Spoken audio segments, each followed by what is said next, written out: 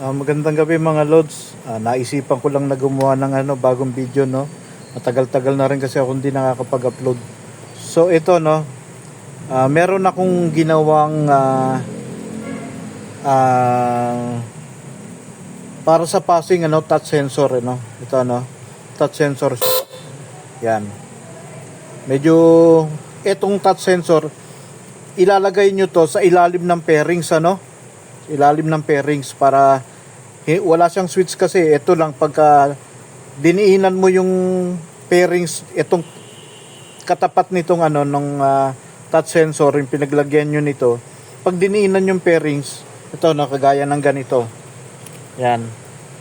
Lagyan natin ng tabot. Oy, medyo masailan. Yan ganyan, tabon siya, yan. Pag pinindot nyo, kunwari ito yung pairings, yung pairings nyo, ito, yan yun, nakatago siya ng ganyan sa ilalim, para pag pindot nyo, tapatan nyo, yan.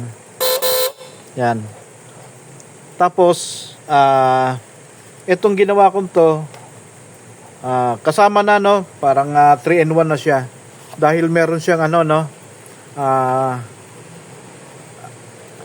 MDL, itong mini driving light. Yan yun.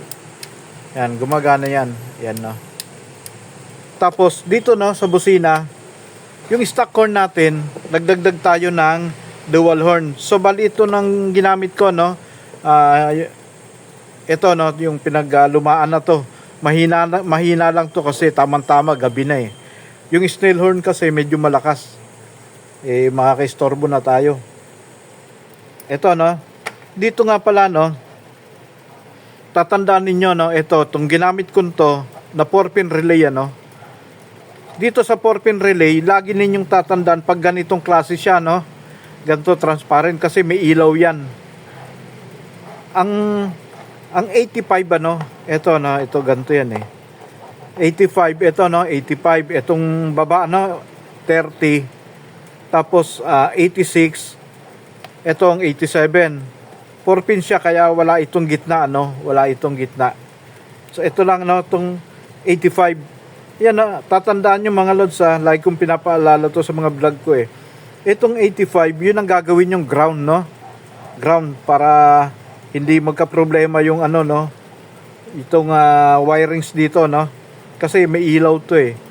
Pagka pinagpalit nyo tong 86 tsaka 85, dito sa 86 kayo naglagay ng ground, lagi nakailaw yan, pwede kayong malobat. Kaya tandaan nyo mga lods, itong 85 ang gagawin nyo laging ground. Ngayon, meron kasi akong ginawang diagram eh. Sa diagram ang ginamit ko yung mini relay, para rin kayo, inform ko kung paano rin gumagana ang mini relay, So ito na. Dito tayo sa sa stock horn natin, stock horn.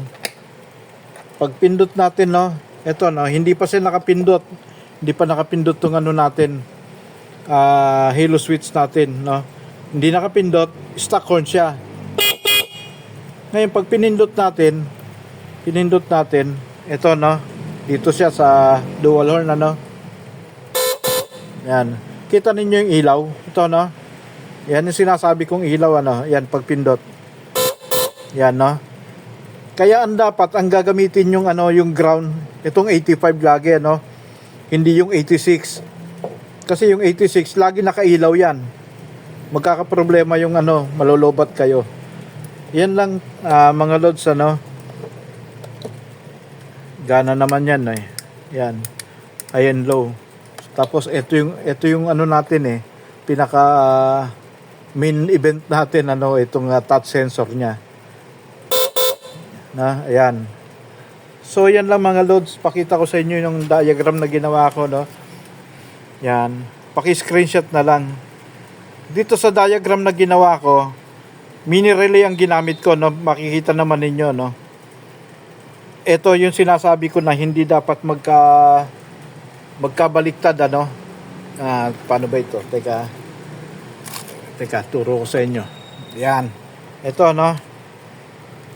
Itong 85, ano? Dahil mini relay itong ginamit ko, so wala siyang ilaw, ano? Walang ilaw yung mini relay. Itong 85, pwedeng magkapalit sa 86 tsaka 85. No? Basta mini relay, ano?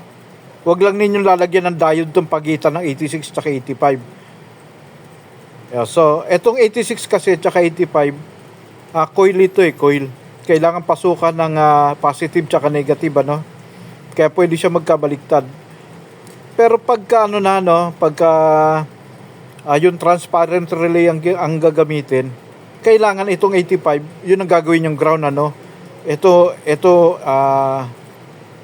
ipapalit ninyo, pagpapalitin ninyo siya rito, ito gagawin yung ground. Sa transparent yun mga lods, yung dito yan dito. Yan. Pero itong mini relay na to, pwedeng gamitin tong 85. Tapos yung 86 ang gawing ground. Basta mini relay mga lods, yan yun. Ito yung natin, ito yung halo switch, ano. Dito sa halo switch, meron yung positive tsaka negative, hindi ko na lang nilagay, ano. Kung gusto niyo yung halo switch magkaroon ng ilaw, pwede, no. Itong normally open, i-tap ninyo dun sa positive, ano. Isama ninyo sa positive. Tapos yung negative, ilagay nyo sa ground yung negative ng mini relay, ng halo switch. So yan mga lods, sana masundan ninyo, no. Ito, no. Paki-screenshot na lang. Ito magagamit ninyo, no. Pwede kayong tumanggap ng ibang gawa, no. Pagkakakitaan din ninyo kung gusto ninyo, no. O i-apply ninyo sa mga sarili ninyong motor. Pwedeng panghanap buhay. Ayan lang mga lods. Sana nakatulong na naman ulit ako sa inyo, no. May naituro na naman sana ako sa inyo na kapupulutan nyo ng aral, ano. Yan lang mga lods. Maraming salamat at God bless sa ating lahat.